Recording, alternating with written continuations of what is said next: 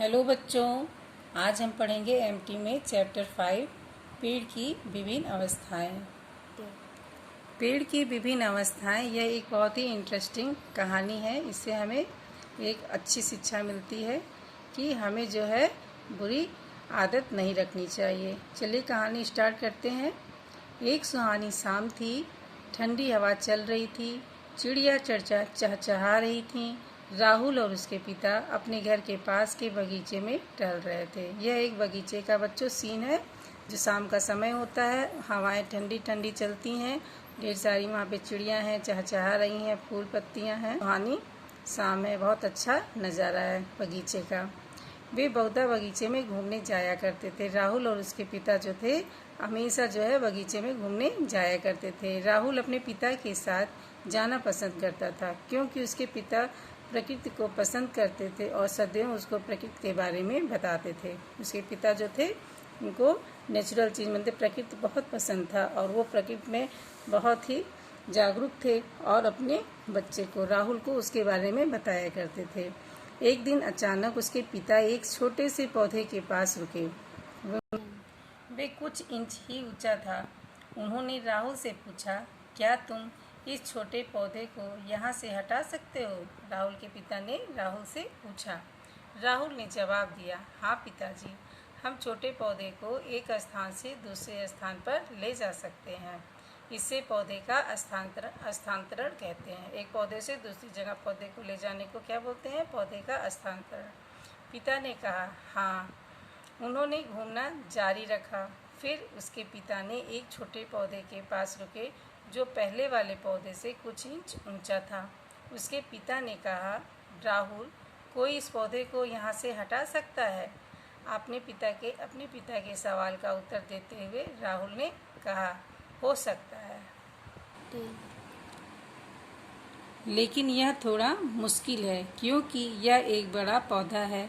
उन्होंने पुनः चलना शुरू कर दिया। राहुल के पिता ने फिर चलना शुरू कर दिया और एक पौधे के निकट आए जो कि 4 फुट ऊंचा था। उसके पिता ने फिर से वही सवाल दोहराया। राहुल ने उत्तर दिया कि पौधा मजबूत है और इसकी जड़ें भी गहरी हैं, इसको हटाना बहुत मुश्किल है। पुत्र के उत्तर से संतुष्ट वे आगे बढ़े। अब वे एक भरे मजबूत पेड़ के पास पहुँचे। राहुल के पिता जो हैं एक बहुत बड़े मजबूत पेड़ के पास पहुँचे तो जो कि 10 से 12 फीट ऊंचाई पर था।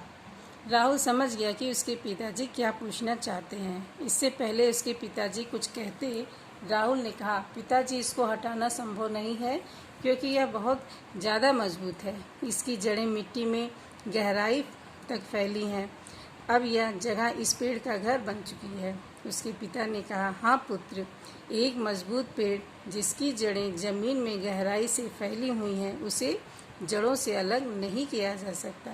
हमारा व्यक्तित्व मिट्टी की तरह, मतलब हमारा जो है व्यक्तित्व जो होता है मिट्टी की तरह होता है और बुरी आदतें छोटे पौधे की तरह होती हैं। हमारा व्यक्तित्व, हमारा व्यवहार होता है वो मिट्टी की तरह होता है और जो बुरी आदत होती है वो छोटे पौधे के समान होती हैं। जब कोई बुरी आदत सूर्य की अवस्था में होती है तो इसे आसानी से खत्म किया जा सकता है, लेकिन यदि हम इसे बढ़ने के लिए छोड़ देते हैं तो इसको हटाना मुश्किल हो जाता है। हमें बुरी आदतों को बढ़ने के लिए नहीं छोड़ना चाहिए। उनके पिता कहते हैं कि जैसे छोटा पौधा है, इसको हमने आसानी से उखाड़ के फेंक दिया, उसी तरह बुरी जो आदत होती है एक छोटे पौधे के समान होती है। इसे हमें बढ़ने नहीं देना चाहिए, अन्यथा बड़े पेड़ की बात इसकी जड़ों को नहीं हटाया जा सकता। जैसे बुरी आदत है, जैसे छोटे पौधे हैं, अगर वो बड़े पेड़ का रूप ले लेते हैं तो उसको हम नहीं हटा सकते हैं। उसी तरह जो छोटा पौधा होता है वो बुरी आदत की तरह होता है, उसको हमको उसी समय हटा देना चाहिए। अन्यथा अगर ये बुरी आदत जो नहीं छोड़ेंगे तो ये जो बड़े पेड़ की तरह हो जाएगा तो इसे हटाना बहुत मुश्किल हो जाएगा। उनके पिता जो है राहुल को समझाते हैं, अन्यथा बड़े पेड़ की भांति इसकी जड़ों को नहीं हटाया जा सकता। राहुल ने अपने पिता की बातों को ध्यानपूर्वक सुना।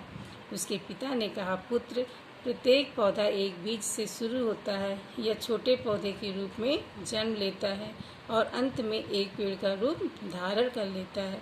अतः पौधे की तरह अच्छी आदतें हमारे अंदर जन्म लेती हैं।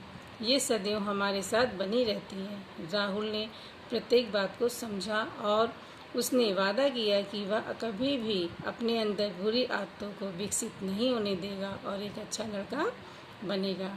बच्चों, हमें इस कहानी से यह शिक्षा मिलती है कि हमें हमेशा अच्छे आदतें ही सीखनी चाहिए। ओके बच्चों, कहानी आपको अच्छी लगी हो तो लाइक सब्सक्राइब ज़रूर करिएगा। ओके बच्चों।